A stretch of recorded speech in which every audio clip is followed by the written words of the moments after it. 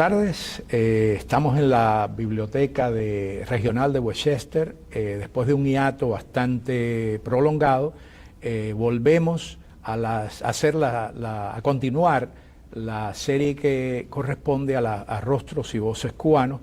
Y hoy tenemos, para comenzar, lo que podríamos considerar la segunda etapa de nuestra programación, a un escritor que vamos a conocer a lo largo de la entrevista, así es que voy a tratar de ahorrarme adjetivos. Es un amigo también, Rafael Sequeira, quien nos visita desde España, desde Valencia, donde reside. Así es que bienvenidos a la segunda etapa de Rostros y Voces Cubanos, de la serie Ediciones La Gota de Agua, Ediciones Gota a Gota. Rafael, bienvenido a Miami, bienvenido a la biblioteca, bienvenido a esta entrevista que tanto gusto me da hacerte y que hace tanto tiempo que quería que se produjera. Hoy vas a presentar tu novela más reciente, El Palmar de los Locos. Entonces vamos a aprovechar para conversar un poco antes de esa presentación. Primero, muchas gracias por tu invitación y por todo, en fin, lo que has trabajado y todo el tiempo que le has dedicado. Eso, por supuesto, siempre en primer lugar. En segundo lugar, te agradezco muchísimo que te hayas ahorrado los adjetivos, porque los adjetivos siempre pueden resultar sospechosos de algo, de cualquier cosa. Y bueno, sí, he venido justamente para presentar esta novela, El Palmar de los Locos, que ha publicado la editorial Boque. Es una editorial alternativa, pero es una editorial que está haciendo un trabajo, en mi opinión, muy importante con respecto a la literatura cubana. Radica en Holanda, ¿no? Yo creo que de hecho no radica en ninguna parte. Puede parecer esto una cosa extraña, pero el problema es que quien dirige la editorial, que es Waldo Pérez Sino, que es un gran amigo y un hombre muy conocedor de todo este mundo, se ha radicado en varios lugares del mundo, entonces, y la editorial está donde esté él. Ya, claro. O sea, él efectivamente ha estado viviendo en Holanda, ha estado viviendo aquí en Estados Unidos, al norte, aquí en la Florida, pero no sé, Gainesville puede ser, me parece. Gainesville, ¿no? Y ahora está viviendo en Francia, en Metz, allá arriba, cerca de Estrasburgo, por aquel entorno. Entonces, por eso te digo, la editorial está donde esté Waldo. Ya. Es una editorial transhumante. Digamos. Transhumante totalmente, transhumante, pero está haciendo un trabajo muy valioso en mi opinión. Bueno, Rafael, comienza por decirnos, a mí siempre me fascina y hago este tipo de preguntas, ¿cuándo, si es que se puede establecer un momento, en qué momento nació o reconociste en ti al escritor? A ver, sí, es una pregunta complicada porque, por supuesto, a lo mejor uno puede precisar el día que nació, en que tu madre te trajo al mundo, precisar el día y la hora específica, ya se sabe que no es posible. O sea, siempre hay una evolución. Yo fui niño en Guáimaro, nací en Guáimaro, provincia de Camagüey, pertenecía a una familia curiosa. ¿Por qué digo curiosa? Porque era una familia que, a pesar de haber tenido unos orígenes extremadamente humildes, que los tuvieron, fueron personas muy esforzadas. Mi madre se hizo maestra normalista con mucho esfuerzo, mi padre se hizo contador público con mucho esfuerzo, y aunque ninguno de los dos fueron nunca lo que podría definirse como intelectuales, pero eran personas con una inquietud intelectual extraordinaria. Entonces, una de las primeras cosas que hizo mi padre en cuanto pudo fue comprarse una enciclopedia Utea. Aquella, ¿la recuerdas? La recuerdo, que en Cuba, la vi en casa de mi abuela. La vi en casa, bien. Era la editorial mexicana esta del Fondo de Cultura Económica, era quien la hacía, y era, yo digo que era el antecedente de Google, porque ahí estaba, había un volumen. Entonces, en mi casa siempre existió el hábito de consultar mucho las dudas intelectuales que se pudieran tener, nombres de autores, nombres de pintores, nombres de músicos, nombres de esto, sin que nadie fuera experto en nada de eso. Piensa que Guáimaro, que es donde yo nazco y donde paso toda mi niñez, Era una provincia eminentemente ganadera. Mis padres no eran ganaderos, como ya te dijo, no era contador público y mi madre maestra, pero sí, a mí me fascinaba la enciclopedia aquella. Yo sé que la mayor parte de los niños, o una buena parte de los niños, suelen fascinarse con las enciclopedias, pero para mí era un universo. Y empecé, como casi la mayoría de los niños cubanos, mis hábitos de lectura se inician con lo que en Cuba le llamábamos los muñequitos. Entonces a mí me empiezan a fascinar las historias de la pequeña Lulú, estamos hablando de la infancia, sí. Pero todo eso empieza, ¿sabes?, a meterte el bichito de un mundo que no es el mundo real en el que vives, que es un mundo imaginario, que es un mundo precioso, que es un mundo en que tú te instalas e incluso te puedes abstraer de la realidad, sea cual sea la realidad. Sí. Hasta que ya en mi primera adolescencia me leo, y eso sí creo que pudiera definirse como un punto de inflexión, me leo Los Tres Mosqueteros. Y entonces yo dije, coño, me encantaría poder hacer algo como esto. Jamás. ¿Qué edad tenías aproximadamente? Pues unos 14 años, 13, 14, 13 no creo, 14 años, por ahí aproximadamente. Una edición muy bonita, un libraco de Los Tres Mosqueteros, me lo leí y eso empezó a moverme ya a otras inquietudes, otras cosas, otros deseos, pero todavía, por supuesto, nada de decir quiero ser escritor. Para nada. Tenía más vocación para las artes plásticas, me inclinaba más, me llamaba más la atención el mundo de la plástica en ese momento que el mundo propiamente literario. Luego me leí, pues después de Los Tres Mosqueteros, me leí algunos libros de estos que te caían ocasionalmente, cuyos títulos y autores ni siquiera recuerdo. Donde ya sí con precisión te puedo decir que empieza a manifestarse un interés literario, todavía sin prescindir de la vocación plástica. Es cuando ingreso con 16 años en la Escuela Nacional de Arte. Sí, estuviste en la ENA. En la ENA.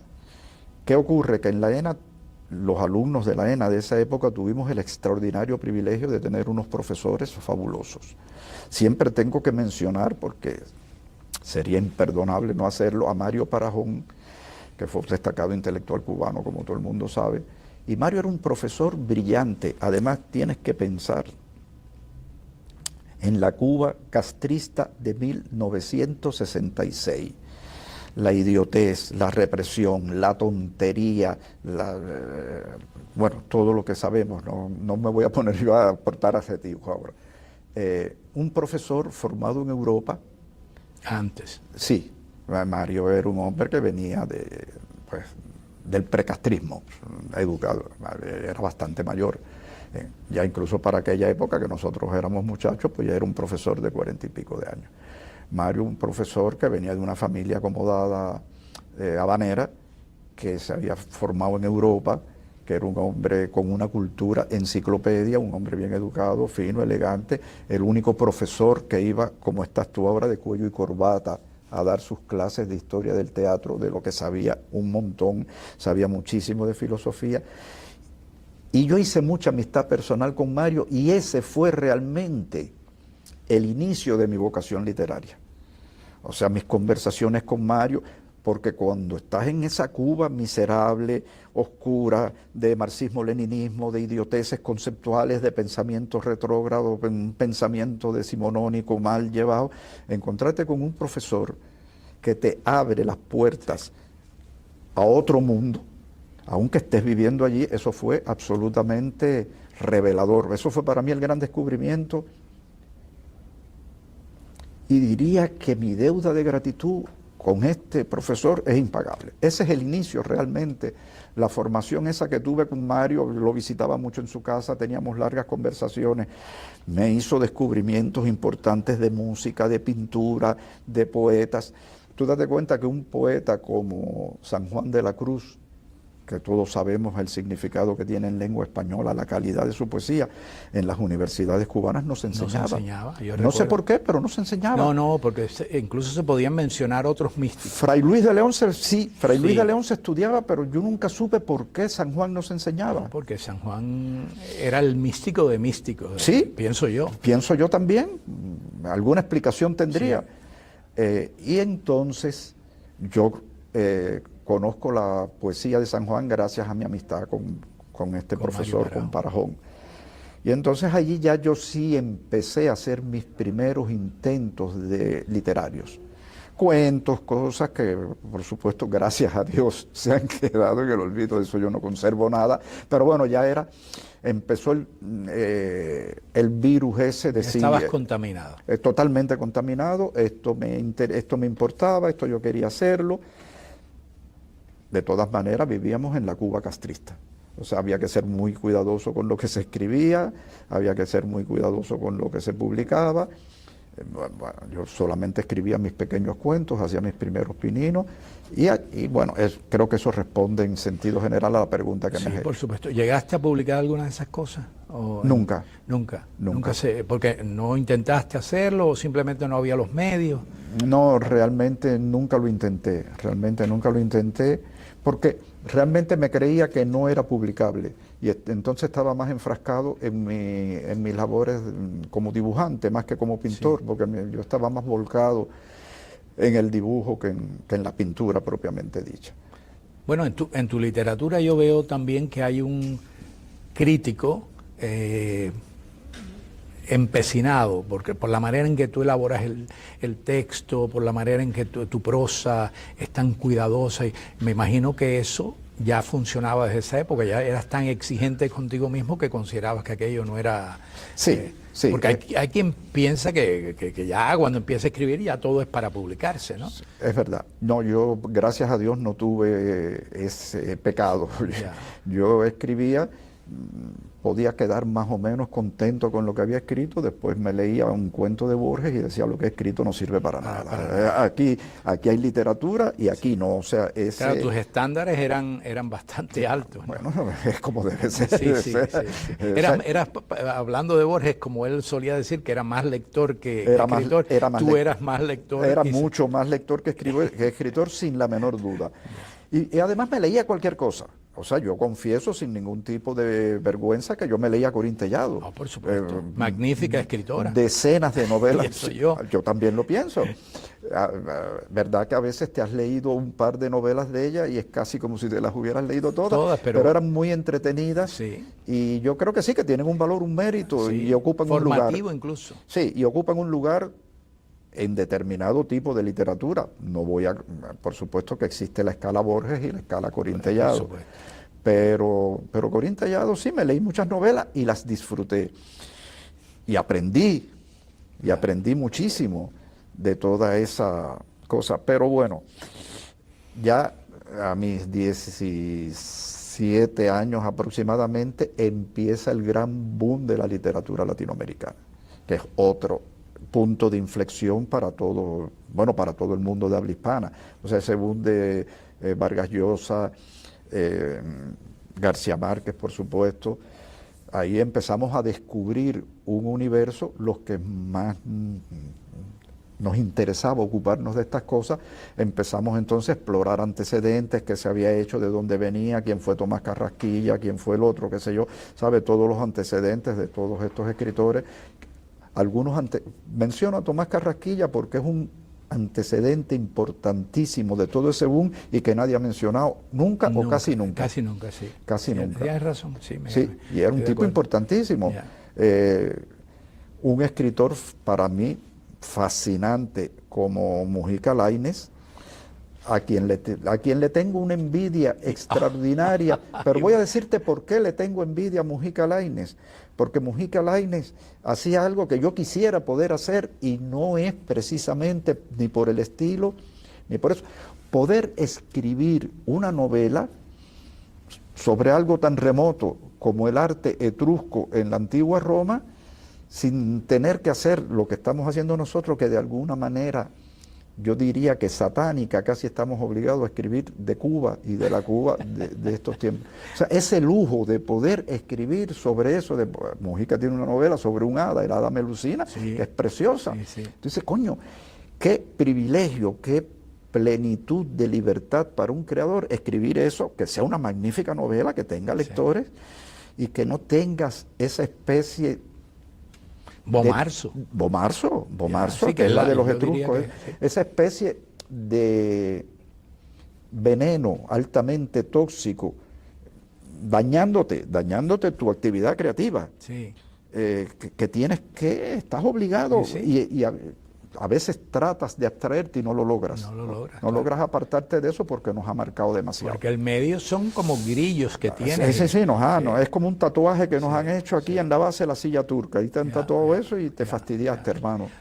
Hay uno de los escritores también de ese, no diríamos de ese boom, pero que es un antecedente, que es Feliberto Hernández, el uruguayo. Por supuesto. Un anticomunista convencido y temprano, que por cierto, en la KGB lo casó con una espía española. Eso no lo sabía. Hay eso una no novela lo escrita sabía. recientemente, te la voy a pasar. Pues sí, por muy favor. buena, porque documenta muy bien eso. Sí, lo casaron al anticomunista por excelencia, que además lo han anulado por eso. Porque como era Feliberto Hernández, como era quien era, pues lo han... Sí, ya, no, claro. no cuenta Sí, cuando sí, es un dejó hombre. de existir. Sí, y por ahí hay una serie de cosas. Tú sabes que yo pienso que en Cuba hay gente incluso de nuestra generación, porque tú creo que lo puntualizaste al principio, que todavía no se ha enterado de que existió un boom. Claro. Tú sí, yo y el otro, porque sí, estamos en esa búsqueda, ¿no? Era claro. Era como ir a una frecuencia de radio extranjera, digamos, ¿no? Pero la gente en su mayoría, porque ¿qué libros de Vargas Llosa se conocieron en Cuba? Se divulgaron. Por ejemplo, ¿cómo se llama él? El colombiano que mencionaste, de García Márquez. Sí, se publicaron y se divulgaron cosas. Y hubo un periodo en que incluso García Márquez estuvo medio suprimido, ¿no? Cuando aquello de la carta de Padilla y que o sea, luego él dijo que no y ya volvió. Pero él fue muy versallesco siempre en ese tipo de cosas, muy versallesco. Supongo que como un mecanismo de sobrevivencia, a mí me parece censurable, pero bueno, no vale la pena que entremos en eso. Bueno, vamos a hablar de ti, de ese periodo. Tú entraste a la Escuela Nacional de Arte con esa inclinación a las artes plásticas muy jovencito. 15 años. 15 años. Y no llegaste a terminar, no, abandonaste la... Pero te cuento porque pasaron varias cosas. Primero, yo quería entrar en la Escuela de Artes Plásticas. Como que yo venía muy mal formado porque no había tenido, vivía en Guaymaro, era, como digo yo, no era ni siquiera provinciano, era municipal. Municipaliano. Municipaliano, si valga el neologismo. Entonces, tenía fascinación por todo lo que había visto en las enciclopedias, por todo lo que había visto por aquí y por allá, pero era de una ignorancia absoluta,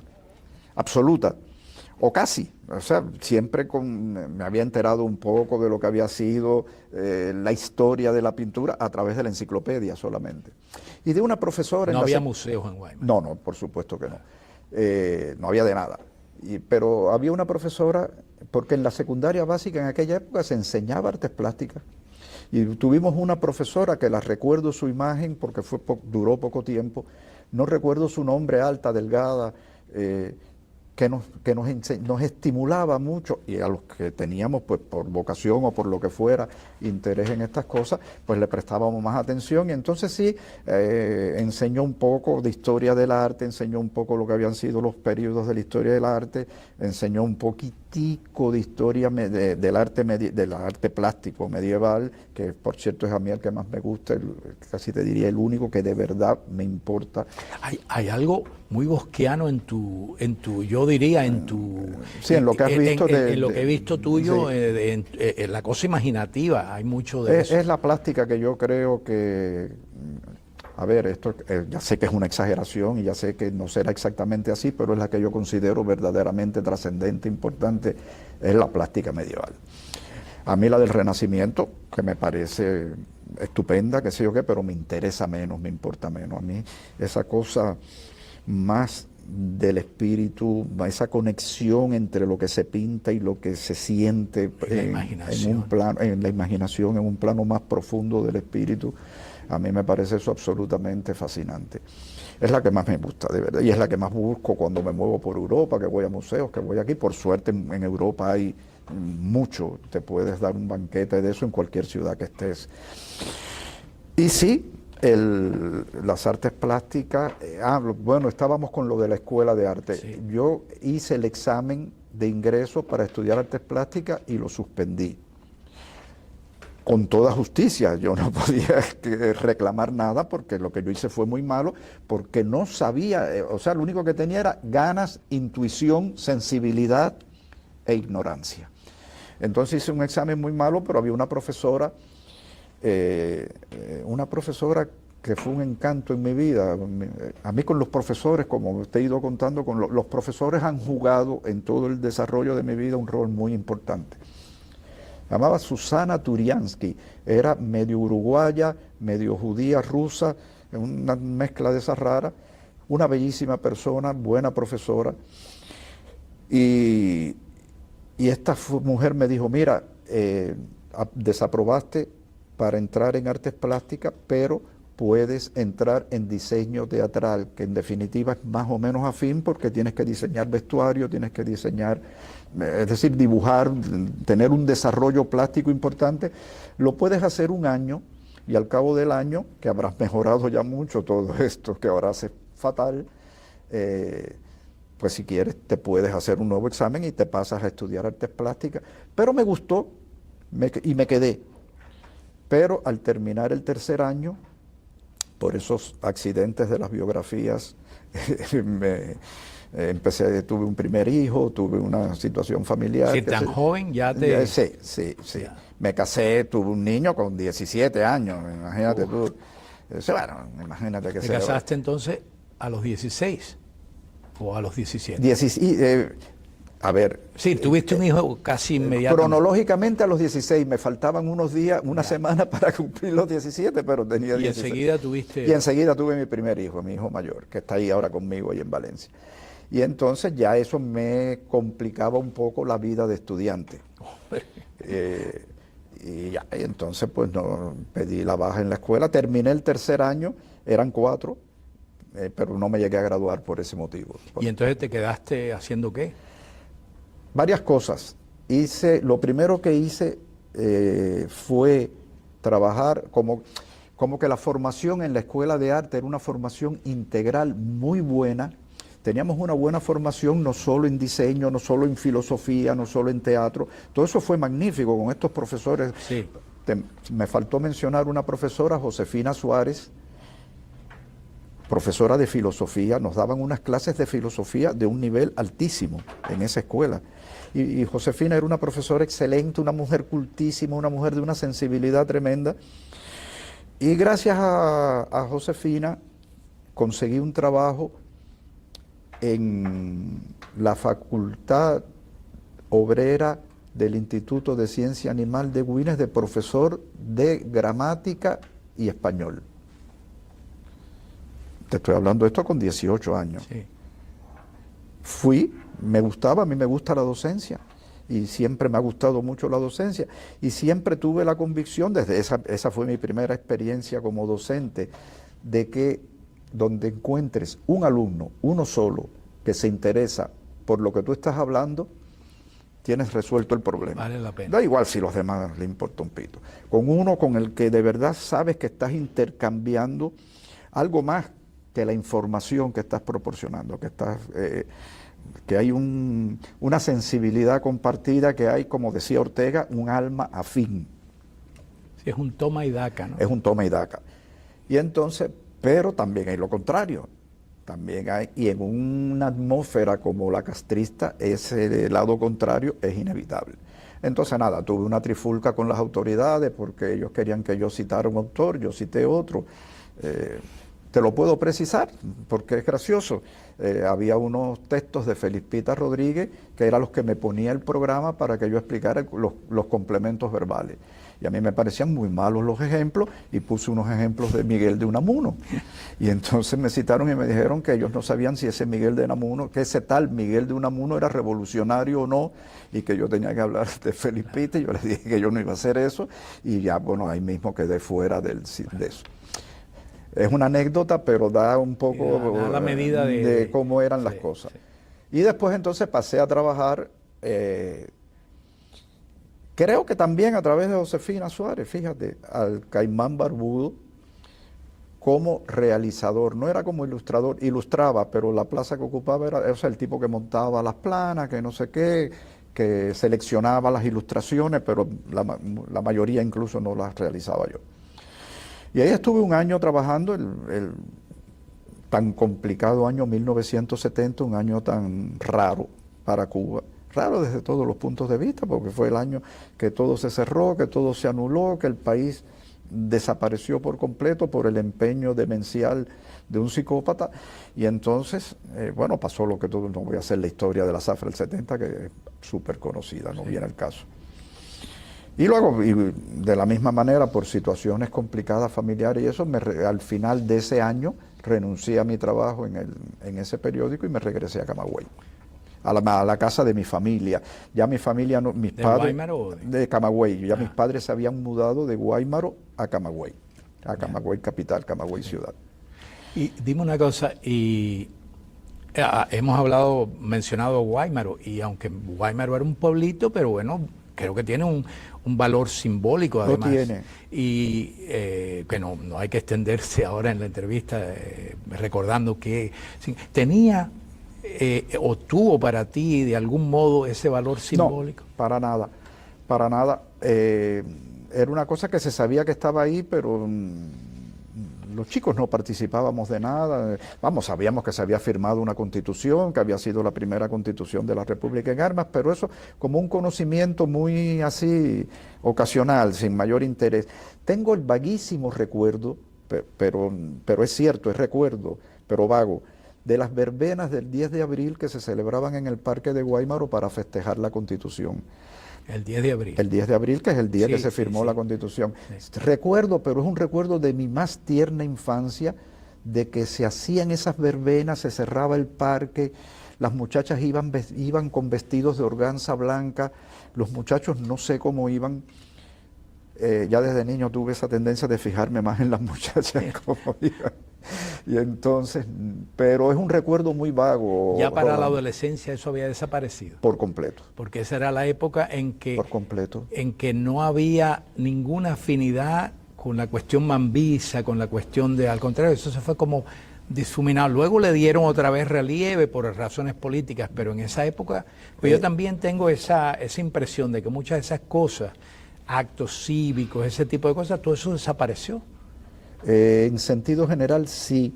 Lo único que recuerdo con mucha ternura de Guaymaro, en el sentido de lo que estamos hablando, es que sí había, y tú los debes haber conocido, aunque eres más joven que yo, pero lo suficiente como para haber conocido estas cosas, que en casi toda Cuba había centros de veteranos. Sí. ¿Los recuerdas? Sí, sí, sí. Entonces, el centro de veteranos de Guaymaro era una cosa muy tierna, muy entrañable. Recuerdo exactamente dónde estaba. Y eso se llenaba ahí de viejitos con medallas, algunos te llevaban un machete, algunos llevaban el sombrero, y los viejitos hacían de vez en cuando sus pequeños festejos, sus conmemoraciones, lo que fuera que hicieran, pero nada más. Nada más, y hasta donde alcanza mi memoria, no se les daba la importancia que obviamente tenían, porque habían sido realmente los gestores de esa independencia y de esa república que, aunque ha sido tan denostada y tan manipulada por las autoridades, fue un momento precioso, bellísimo y esencial de la historia de nuestro país. Claro. No podemos, de ninguna de las maneras. No hay historia de Cuba si no contamos Además, con un dato adicional, que de esa fecha a hoy hará en números redondos 120 años, para no ser de precisiones aritméticas, 120 años. Y la mitad de esos 120 años de que somos república pertenecen al castrismo. Sí. Ese dato es brutal. Es espeluznante. Es espeluznante. Sí. Es espeluznante. Sí, y parte de ese tiempo se ha dedicado a denostar esa república que es la única que ha dejado cosas que han sido destruidas por el castrismo. Parte de ese tiempo no, todo el tiempo. Sí. Todo el tiempo. Sí. Porque toda la historiografía castrista se ha dedicado muy empecinadamente a desmontar los significados de todas estas cosas. Por ejemplo, en Camagüey toda la vida existió la calle Estrada Palma. Sí, claro. Pues le quitaron el nombre y le pusieron Ignacio Agramonte. A mí me parece Ignacio Agramonte una figura importantísima, una figura con muchísimo mérito, una figura admirable, pero Estrada Palma también. Estrada Palma también. Claro. Independientemente de que pueda haber cometido como cualquiera tal o cual error, si se puede considerar o no, pero la importancia de Estrada Palma, que además había sido amigo personal muy íntimo de José Martí, y la importancia que tuvo, con errores o sin ellos, no vamos a entrar en eso, su importancia es real, es histórica, y que suprimas la figura porque le dijo a los norteamericanos no sé qué, oye, eso no es... Además, utilizar entonces otra figura, la de Agramonte, para como cómplice de esa supresión. De esa supresión, ahí está.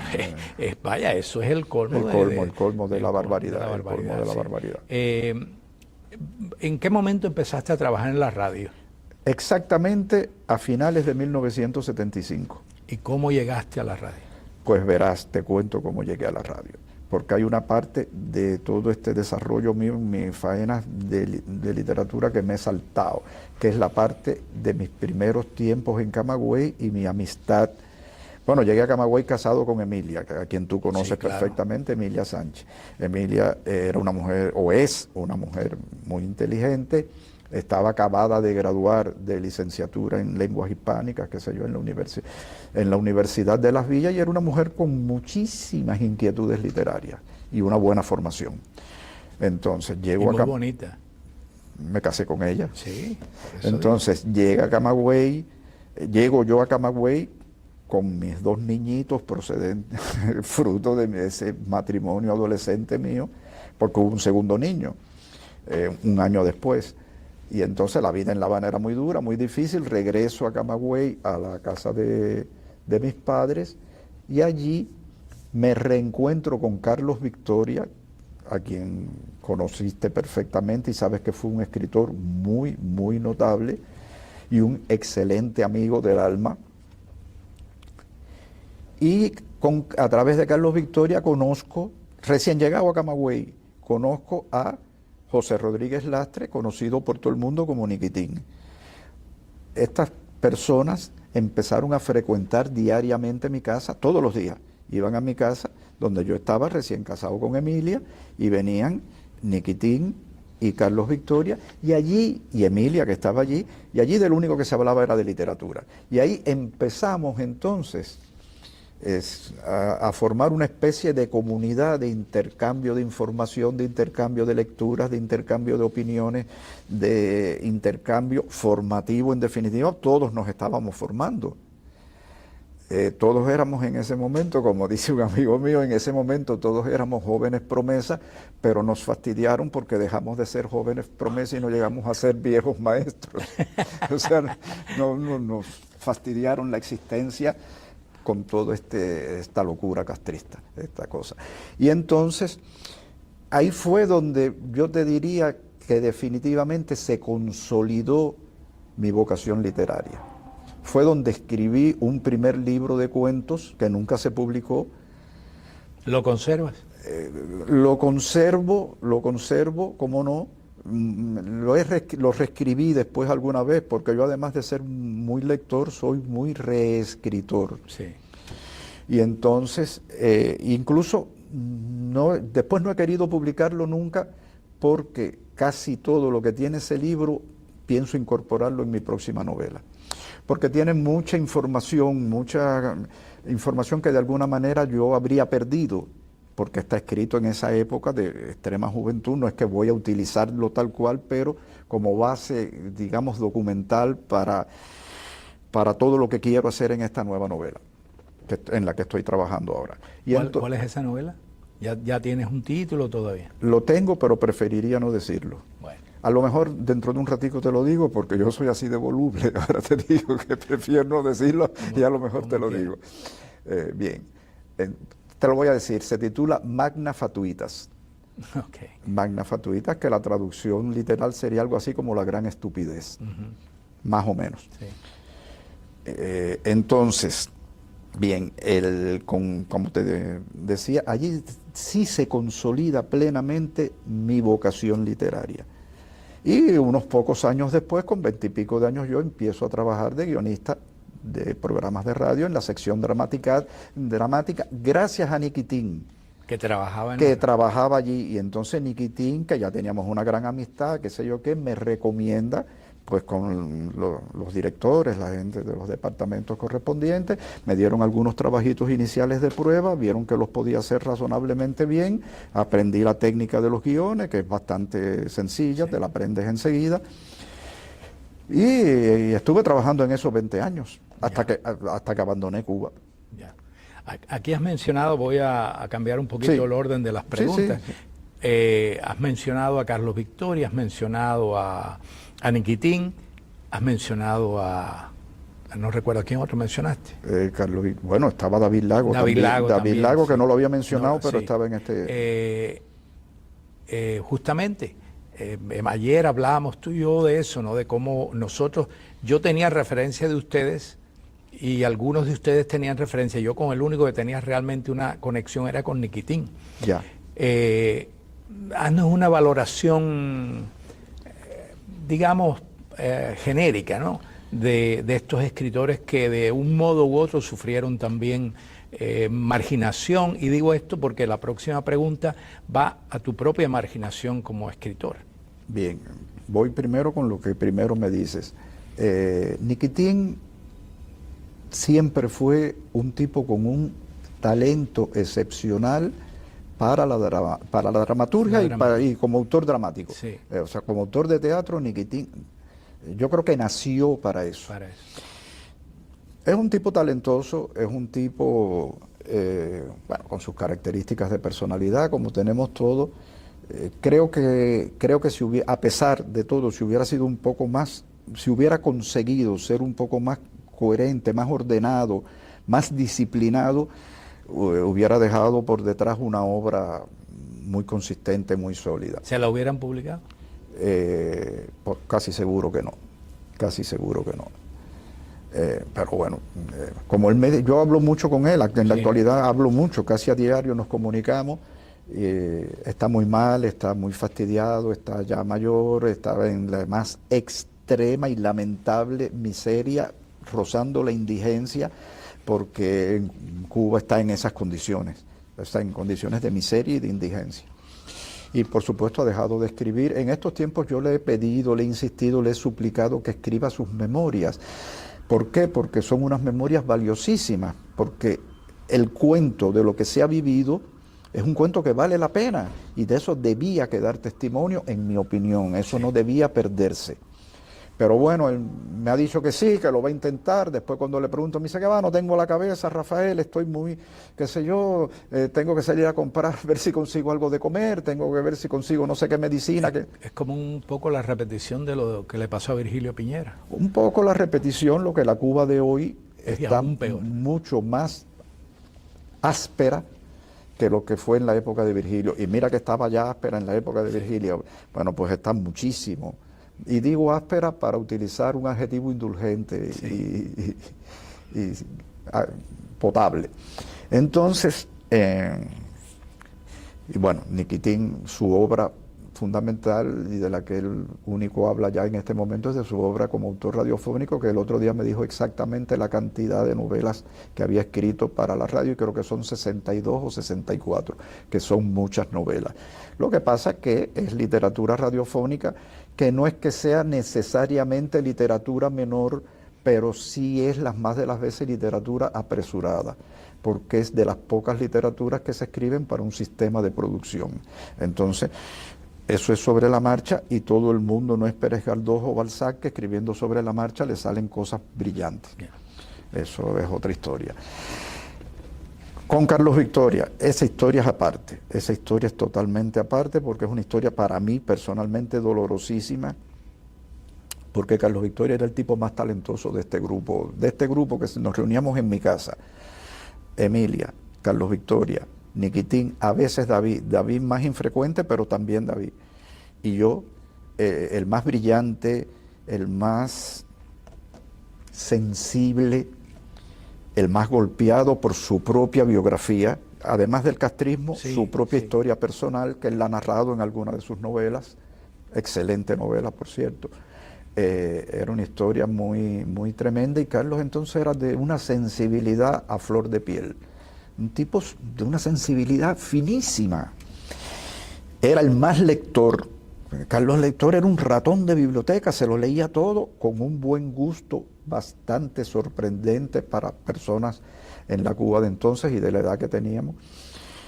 Tenía un volumen de lecturas muy, muy notable. Había sido estudiante de literatura Inglesa, ¿no? inglesa en la Universidad de La Habana y expulsado por diversionismo ideológico y esas cosas.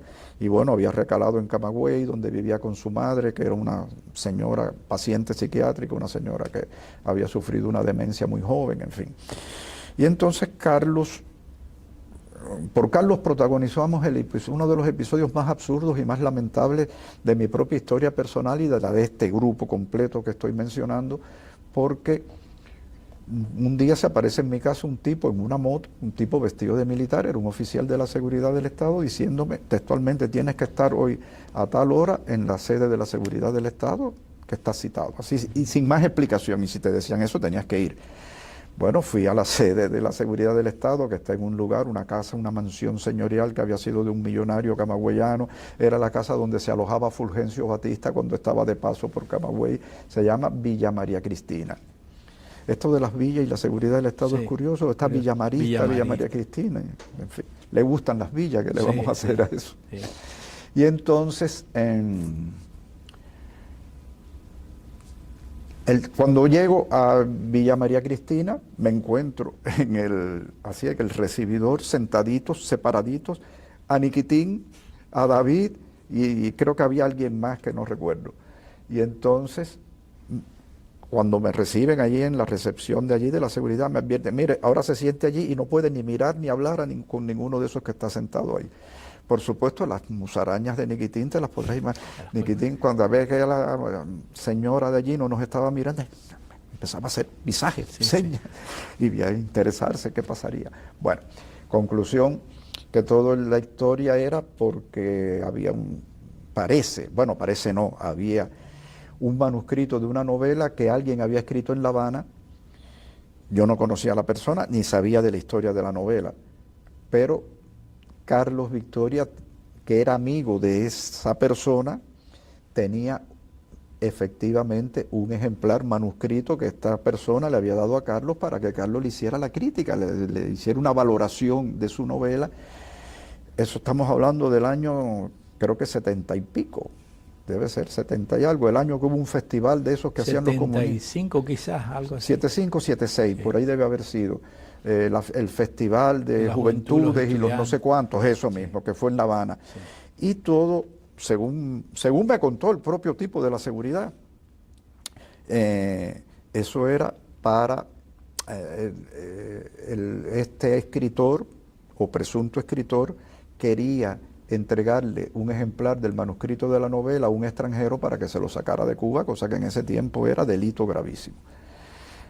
A este chico lo habían detenido en La Habana y gracias a esa detención habían sabido quiénes tenían copia y salió Carlos Victoria, que tenía la copia. De todo esto me enteré allí por el oficial de la seguridad del Estado. Nosotros todos, menos Carlos Victoria, todos salimos indemnes de eso. Nos molestaron mucho, tuvimos que estar yendo durante 3 o 4 días consecutivos, pasarnos el día entero allí interrogándonos. No nos maltrataron físicamente, eran solo interrogatorios, más interrogatorios, preguntas absurdas, preguntas capciosas, preguntas de todo tipo, preguntas absolutamente imbéciles, también algunas incluso hasta con un cierto coeficiente de inteligencia desde el punto de vista de los objetivos que ellos tenían. Pero Carlos sí se lo llevaron preso a La Habana y estuvo, creo que alrededor de 2 meses o algo así, preso en unas condiciones bastante abusivas. Pero bueno, finalmente vieron que allí que no había nada, nunca hubo nada, soltaron a Carlos, qué sé yo, y la vida continuó hasta que Carlos después se fue por el Mariel. Pero lo que más recuerdo es la calidad de los poemas de Carlos. Carlos en esa época no escribía prosa. Sí. Carlos en esa época era poeta y era, desde mi punto de vista, el poeta más importante, atractivo, necesario de aquel momento en Cuba. Emilia, nosotros le dedicamos en las ediciones La Gota de Agua, le dedicamos un dossier de la serie que hacemos a Carlos Victoria. Ahí hay un trabajo tuyo. Lo sé. Emilia le dedicó precisamente un trabajo magnífico a la poesía, de Carlos. Aquí en Miami la verdad es que la gente por lo general no sabía ni siquiera que Carlos había escrito poesía. Sí, pues Carlos realmente empezó.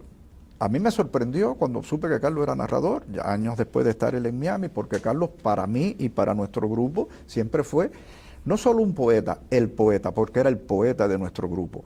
O sea, tú has hablado, y con razón, de la poesía de David. Está mal que yo lo diga, pero la poesía de David siempre estuvo muy influenciada por la poesía de Carlos, porque Carlos era realmente el brillante.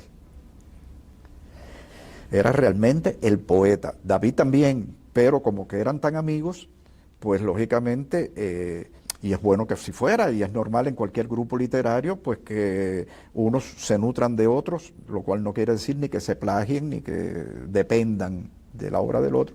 Pero si David llegó a ser el poeta que llegó a ser, se lo debe mucho a Carlos Victoria, que sí en ese momento y en ese grupo fue el poeta, y el poeta importante. Yo no conservo Carlos no publicó nada de poesía en Cuba. Yo recuerdo concretamente 3 libros de poesía de Carlos que yo los tuve en mi casa de Camagüey, y después yo me marché, qué sé yo qué, no sé si se los di a alguien, desaparecieron. Y creo que él no los conservó, o no los conservó completo. Emilia conservó algunos poemas sueltos, pero los libros, hasta donde yo sé, ningún libro jamás se publicó y jamás se conservó. Y por supuesto, además está decir que las autoridades de la seguridad del Estado con las que ocurrieron estas entrevistas decían pestes, horrores de Carlos Victoria como poeta y como persona. Por supuesto. Por supuesto. Por supuesto. Bueno, luego vamos a conversar un poco de mi propia experiencia relacionada con esa experiencia de ustedes, de ir a la seguridad del Estado, porque de algún modo quisieron también vincularme, pero yo realmente no los conocía a ustedes más que de referencia. De referencias, claro. Y entonces, pero bueno, eso es una conversación. Sí, a mí me pasa lo mismo, yo tu nombre lo conocía, sí, porque me lo habían dicho alguna vez Niquitín o Carlos, qué sé yo, que es Morelli, de Vertientes, que creo que todavía vivías en Vertientes. Sí. Y entonces yo sabía que había un señor que se llamaba de apellido Morelli, no sabía ni tu nombre de pila, sabía que eras Morelli.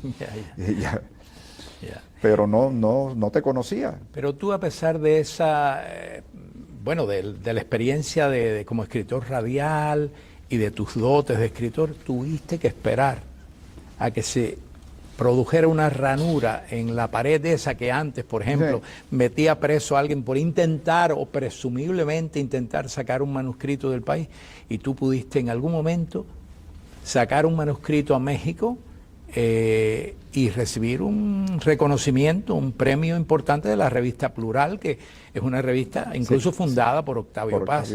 Sí. Era una revista que tenía y el premio tenía su importancia, su relevancia. Entonces, cuéntame eso, háblanos un poquito de eso, de cómo fue lo del premio, qué te llevó digamos, a intentar esa avenida. Bueno, sabes que cuando estás en esa situación de ostracismo, lo único que piensas es en buscar salidas. Sí. O sea, te pasas la vida, inviertes más tiempo pensando cómo buscar puertas por donde poder salir de aquella especie de pesadilla siniestra.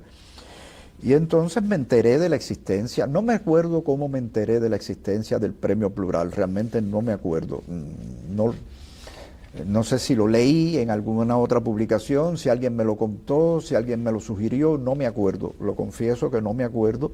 Lo que sí sé es que el cuento lo mandé a través de una monja que me hizo el inmenso favor de llevarlo creo que fue así, hubo una monja que me lo llevó a La Habana y se lo entregó a un amigo mío que iba a viajar a México porque estaba no sé si en una compañía de teatro, de danza, de esos viajes reales, pero era muy amigo mío, y entonces lo único que yo le pedí fue que cuando llegara a México me echara aquel sobre con aquel manuscrito en el primer buzón de correo que se encontrara, que estaba puesta la dirección de Claro, tendría que ponerle las estampillas y todo. él, pero eso se Sí, lo puso eso él lo en puso. México. Sí, Me sí. hizo ese favor, Sí, claro, por supuesto.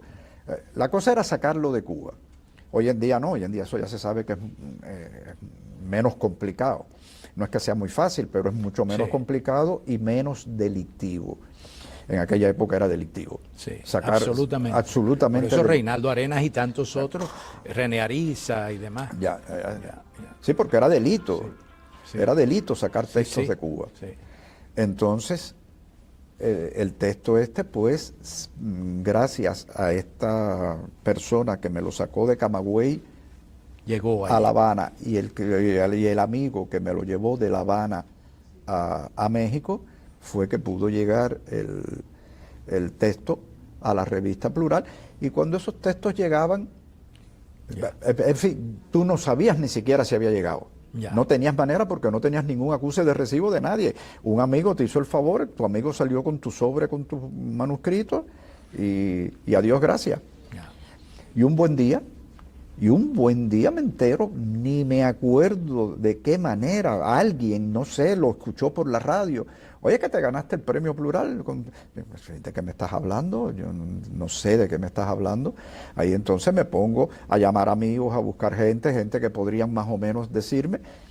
Una amiga muy querida que pertenecía a no sé qué dirección, de no sé qué cosa, de las artes plásticas, era de las primeras personas que tenía internet por esta cosa de las artes plásticas en Camagüey, y llamó a México por esta cosa electrónica, y entonces logró comunicarse con el periódico Excelsior, que era el propietario de Plural, y dijeron, sí, hay un señor que se llama Rafael Sequeira que se ha ganado el premio, y ahí me enteré. ¿Y cómo te resolviste el viaje y todo eso?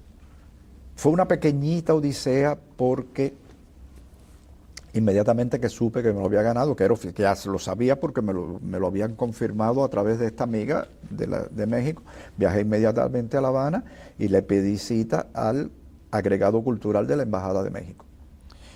Le expliqué lo que había, el agregado cultural, evidentemente muy procastrista, me dijo que sí, que eso estaba muy bien, pero que yo tenía que tramitar el permiso, el visado, a través de la Unión de Escritores y Artistas de Cuba. Yo le dije, mira, yo no participé en este concurso representando a la Unión de Escritores y Artistas de Cuba, yo participé en este concurso representándome a mí mismo, por lo tanto yo no estoy dispuesto a ir representando a la Unión de Escritores, yo voy a nombre de Rafael Sequeira. Me dijo, no, pero mira, por ejemplo, me puso de ejemplo a Padura, que ese año también ganó el premio, creo que en ensayo, en el mismo concurso. Me dijo, mira, Padura va a ir y va con ya le hemos hecho el trámite y va a través de la unidad. Le dije, ok, a mí me parece, pero es que yo no me llamo Padura. Padura pues tiene todo el derecho del mundo a hacer las cosas como él entiende, y yo tengo todo el derecho del mundo a hacerlas como entiendo yo. Claro. Eso a mí me parece estupendo. Si Padura tiene esa opción y a él le viene bien, pues que la utilice. Pero yo no quiero eso. Yo quiero ir representándome a mí mismo. Me dijo que no era posible. Le dije, mira, si esto tiene que ser posible porque es absurdo que no sea posible. Pero en el supuesto de que el absurdo ya nos gobierne de tal manera que de verdad no sea posible, pues mira, no voy. No voy, pero yo no quiero ir representando a nadie. Y no es que yo tenga nada en contra de la Unión de Escritores. De hecho, yo en ese momento pertenecía a la Unión de Escritores y Artistas de Cuba. No a la sección de literatura, sino de cine, radio y televisión, porque era escritor de radio. Bueno, fueron 2 o 3 encontronazos con este señor hasta que por fin accedió y pude viajar a título personal a México a recibir el premio. Por supuesto, antes de ir a México, me llamó la seguridad del Estado en Camagüey, se reunieron conmigo. Una mujer cuyo nombre no recuerdo, esta mujer me alertó un poco del enemigo imperialista que podían tratar de comprarme, que estaban a la casa de... Le escuché su sermón con la mejor educación de que soy capaz, como que yo me eduqué con monjas, soy un tipo bien educado. Y entonces, dije, mira, sí, ok, ¿y qué? Porque me dijo una cosa muy graciosa, me dijo, mira, hemos decidido darte el permiso para que vayas, a pesar de que no sabemos si te vas a quedar o no. Le dije, mira, para serte sincero, yo tampoco sé si me voy a quedar o no. Te voy a hablar con toda sinceridad, no lo sé. Si sigo siendo sincero, cosa que además era verdad, no lo tengo en mis planes. No, mi plan no es quedarme, pero a lo mejor, como dicen en las películas, me hacen una oferta que no puedo rehusar. Y ella se rió porque sabe que ya ellos han modificado un poco su... Sí, era otra... sí. Van de amistosos y bien educados. Y a veces... Si no los cuqueas mucho y se te ponen agresivos. Y entonces, nada, bueno, me autorizaron a ir a México, fui a México, cobré mi premio y regresé tranquilamente. Y luego tuviste que esperar otros 4 años o algo así para salir del país. Sí, no me acuerdo cuántos años, pero sí, pueden haber sido fácilmente 4 años. Ese premio, dicho sea de paso, fue la salvación de mi familia, porque mi familia estaba en el sentido recto de la expresión muriéndose de hambre en Cuba. Era el llamado periodo especial, esos inventos semánticos que se inventaba el pariente. Y entonces teníamos una situación literalmente desesperada, un hambre espantosa. Y yo regresé con dólares, porque los cobré en el premio, y entonces de pronto la vida cambió. Lo primero que hice con los dólares fue ir a comprar un saco de arroz, comprar un racimo de plátano y comprar un pernil de carne de puerco. Y entonces teníamos comida en casa. Mi hermano Iván, que estaba muy malito ya de una enfermedad de la que finalmente falleció, mi hermano Iván pues pesaba, qué sé yo, 100 libras, no sé. Y entonces ahí fue el que menos disfrutó porque murió muy pronto. Pero bueno, mi hija Paula, que era niña de 3 o 4 años en ese momento, mi mujer Blanca, que estaba delgadísima, Blanca es una mujer alta y pesaba 100 libras, o sea, una cosa que parecíamos todos salidos de un campo de concentración, estábamos esqueléticos. Literalmente esqueléticos. El viaje nos salvó la vida. Le salvó la vida. Nos salvó la vida por los dolarcitos que pude, que tampoco es que fuera una fortuna. Era un premio de $1000, lo que daban, más a unos cuantos dólares que siempre te regala la gente por solidaridad, por amistad. Unos amigos venían y te metían un billete de $100 en el bolsillo, mira, para que mejores un poco allá. Y así fue la historia de ese premio. Por supuesto, en Cuba no tuvo significación ninguna, ni se publicó, ni se divulgó, ni se me pidió ningún tipo de esto que estamos haciendo tú y yo, conversar sobre el premio. En definitiva, yo vivía en Cuba, soy un cubano, estaba allí, cero. Tampoco en la radio, tampoco en... No, menos, en la radio menos. A pesar de que era el medio en que te desenvolvías. A pesar de que era el medio en que me desenvolvía, a pesar de que en la radio a veces se hacían adaptaciones de cuentos para radio, ese era imposible que se hiciera. Ese es el Winchester de... No, se llama La trágica muerte del doble 9. Ah, exacto. Sí. La trágica muerte del doble 9, que es un cuento al que yo le tengo mucho cariño, entre otras cosas porque me sirvió para... Fue una llave. Claro, y fue, para decirlo así, es mi primer éxito literario. En un sentido más que literario. Más que literario. O sea, si quieres, le pones el diminutivo. Fue mi primer exitico literario. Sí. Oye, Rafael, podríamos estar hablando infinitamente y a mí me daría un placer extraordinario continuar, pero tenemos casi ya la presentación de tu... Pues yo estoy a tu disposición y aquí el que manda eres tú.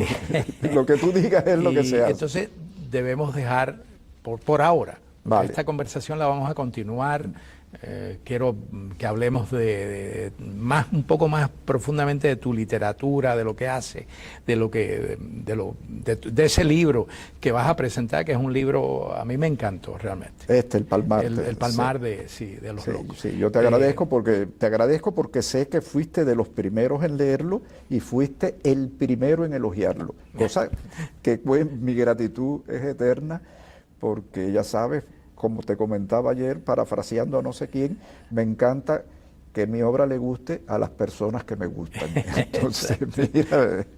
No, es una magnífica novela, cosa que me van a agradecer quienes estén aquí hoy, compren el libro y Pues, dispongan de él. Como dicen los espiritistas, que tu boca sea santa. Entonces vamos a dar por terminada la conversación de hoy. Vamos a continuarla en otro momento. Cualquier cosa que quieras añadir, que se me haya pasado, que... No, lo que tú quieras preguntarme, yo estoy a tu disposición totalmente. Bueno. No, añadir, pues, nada, creo que hemos hablado de cosas muy... A ver, lo que decías, podríamos hablar propiamente de la novela, que no lo hemos hecho. Pero bueno, para eso habrá ahora una presentación y allí se dirá, me imagino, sí, que alguien preguntará, me imagino que yo contestaré y nada, pues diré lo que se deba decir. Me has hecho acordar de una anécdota muy simpática de un escritor español de mucho reconocimiento, Umbral, Francisco Umbral, que en una entrevista se hablaba de todo y él quería hablar de... Tú conoces la anécdota, ¿no? Yo la conozco. Tú la conoces. Y Umbral repetía, además él tenía, pero yo he venido aquí a hablar de mi libro. Y entonces le hablaban de no sé qué, de cuando estuviste en Weimar. Decía, pero yo he venido aquí a hablar de mi libro. Sí, exacto, pues exacto. Bueno, entonces queda pendiente esa De acuerdo. conversación. En otro momento, a lo mejor lo hacemos en España, que Wenceslao viaje para que sea quien... Wenceslao tiene la ventaja de que conoce España muy bien. Exactamente, o sea, que él se puede y desplazar de que viaja a España, yo sé. Estupendo. Y a mí España me encanta, así es que... A mí también me gusta mucho España. Yeah. Me gusta así es mucho que bueno, España. nada, vamos a dejar pendiente la conversación. Esta sería una primera etapa, una primera parte, digamos, de la conversación. Y bueno, te quiero dar las gracias más expresivas. Gracias a ti, agradecerte Rolando. tu gentileza, tu generosidad con tu tiempo, con todo. Y bueno. Muchas gracias a ti, de gracias. veras, y nada, a tu disposición. Bueno, gracias, Rafael. Bueno, amigos, hasta la próxima.